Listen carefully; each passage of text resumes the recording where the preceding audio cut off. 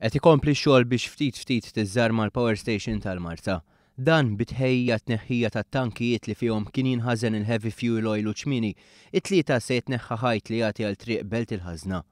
Għalhekk l-Ene Malta avżat lill-pubbliku li wara nofsinhar din it-triq se tkun magħluqa traffiku.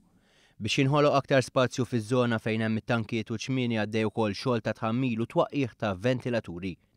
Il-proċess biex tiżarma l-Power Station qabad ritmu tajjeb u fil-bidu tal-ġimgħa l-oħra, l-Ene Malta ħarġet sejħa l-espressjoni t'interess biex fi żmien li ġej jitwaqqgħu ċmini u tankijiet.